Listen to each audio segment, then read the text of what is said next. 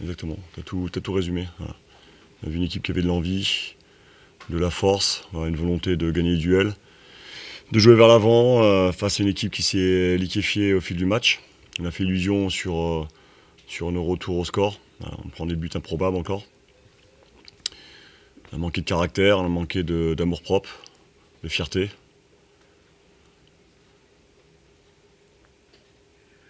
Et on a attendu la deuxième joue.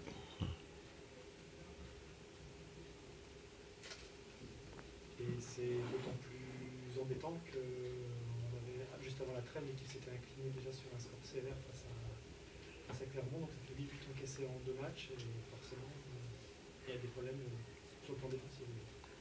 Oui, il y a eu des problèmes partout ce soir. On a fait illusion le temps des retours au score. Quand on ne gagne pas de duel au football, c'est compliqué d'exister dans un match. Et on avait une équipe généreuse en face. En faisant un début de match très moyen, avec beaucoup d'erreurs techniques, on n'était pas à la merci d'un but grenoblois qu'on a quasiment offert sur une situation de coup de pied arrêté, où on perd, je crois, 4 duels.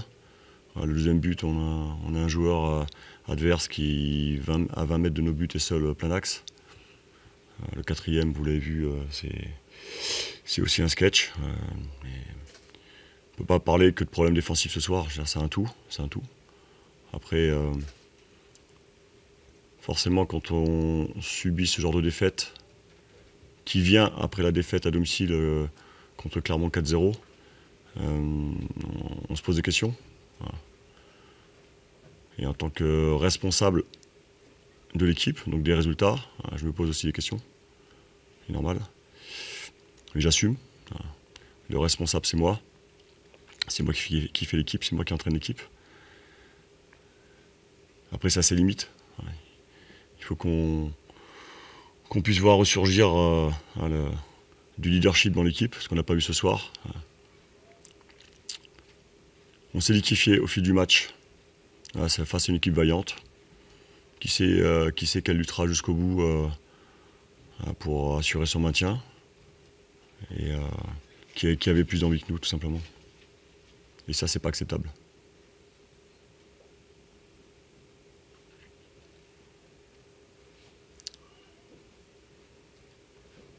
C'est bon ? Bonne soirée.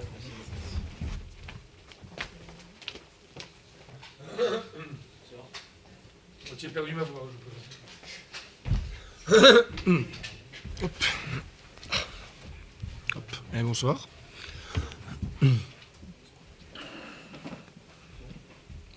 Philippe, c'est du tout bon pour vous.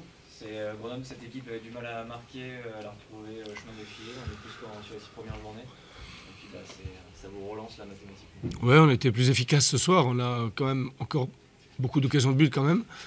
Après, on va pas non plus être trop prétentieux. Je suis vraiment content du match parce que on a vu ce soir un très bon match avec deux bonnes équipes qui ont toujours cherché à jouer vers l'avant. Valenciennes nous a posé des problèmes jusqu'au bout. On l'a bien vu en menant 3-1. On n'était toujours pas tranquille et du coup, à 3-2, je vous dis pas. Donc il a même fallu marquer un 4e but pour être rassuré. Donc voilà, c'est ce que j'attendais. Et je souhaite que ce match-là à domicile puisse nous décoincer un petit peu, même si on en avait gagné 2 auparavant. Je pense que celui de ce soir, il est quand même plus enlevé. C'est un peu l'opposé finalement de ce que vous avez produit depuis le début de saison. Vous n'aviez jamais encaissé de but à la maison, là il y en a 2. Vous aviez du mal à marquer, vous en mettez 4. C'est un peu l'inverse. Après, sur les 2 buts, franchement, le premier, on fait une déviation. Après, Brice fait un super arrêt. Bon, après, je pense que c'est Robaille qui marque, donc il suit bien. Le deuxième, c'est un tir contré, moitié dévié. Bon, voilà. Mais après, Valenciennes a su se montrer dangereux quand même, a sollicité aussi notre défense. Voilà. Mais sur ces 2 buts-là, on ne peut pas dire qu'on était forcément hors de position sur le coup. Bon, mais je ne veux pas être trop royaliste. Et voilà, quand on gagne 4-2, on ne peut pas regretter de prendre 2 buts parce qu'à un moment donné, il ne faut pas tout vouloir. Donc je trouve que ce soir, on était dans un excellent état d'esprit. Je trouvais des gens frais dans leur tête, aborder le match avec confiance et sans complexe, comme je leur avais demandé. Le repositionnement de Florian, porte ses fruits. Ouais, ce soir, ça porte ses fruits. Je suis content pour lui parce que ça fait depuis le début de saison qu'il est pas loin. Voilà, et, quand un garçon que tout entraîneur aime avoir dans son effectif, je pense c'est pas le seul, hein, mais il n'a pas raté un entraînement de l'année depuis le début de saison. C'est un garçon qui est toujours présent, il aime le foot. Donc voilà, je suis très content, très content pour lui qu'il ait pu trouver les filets ce soir. C'est une belle récompense. Malek Chardier aussi, très remuant aujourd'hui. Mais Malek, il fait du Malek, voilà, et on aime quand il est comme ça. Voilà. Après, il faut qu'il reste bien dans son registre, qu'il ne sorte pas de son registre, toujours le danger de s'enflammer par exemple, quand on mène 3-1, je trouve qu'à un moment donné, de temps en temps, on joue à la baballe, on bidouille un petit peu, du coup on prend un deuxième but et on se remet le feu pendant 10-15 minutes. Est-ce que c'est des nouvelles d'Abou Demba et de... Abou, il a pris un adversaire sur le genou globalement en contrant. Je pense que si j'ai bien compris, c'est le ligament latéral interne qui est un peu tiré. Et puis Eric a ressenti une petite pointe au ischio. Donc j'en sais pas plus. Hein. Ce que je sais, c'est qu'il a fallu repositionner assez rapidement notre défense à la mi-temps avec 2 changements sur 2 défenseurs. Et là, on n'aime pas trop ça. Bon, heureusement, le restant de l'équipe s'est chargé de ne pas m'obliger à trop me gratter la tête pour faire un changement improbable. Ce duo entre Sotoka et Chergui, c'est un peu le feu et la glace, ça se complète finalement plutôt bien. Oui, bah, de toute façon, les joueurs qui aiment le foot, le jeu, ils se trouvent d'une manière naturelle. Je pense qu'on peut leur ajouter un peu Benet, qui a joué vraiment dans son rôle ce soir, vraiment d'un bon technicien, passeur, etc. Et tout ça, c'est quand même très intéressant.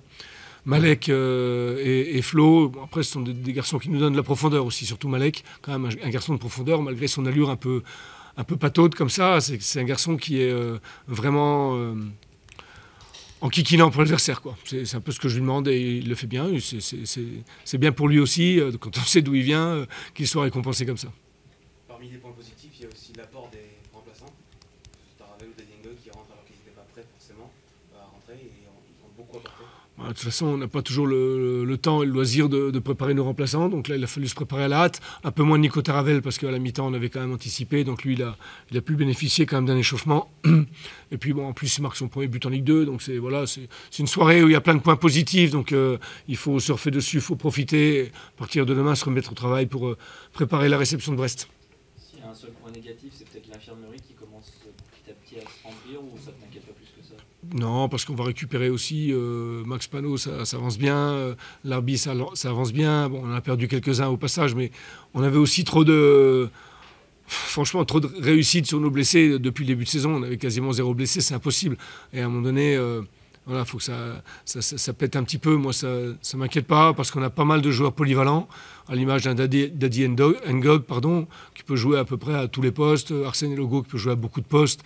Et c'est pas les seuls, donc on peut facilement déplacer. C'est sûr qu'après, si on perd les 4 défenseurs centraux, c'est un autre problème. Voilà, eh bien merci.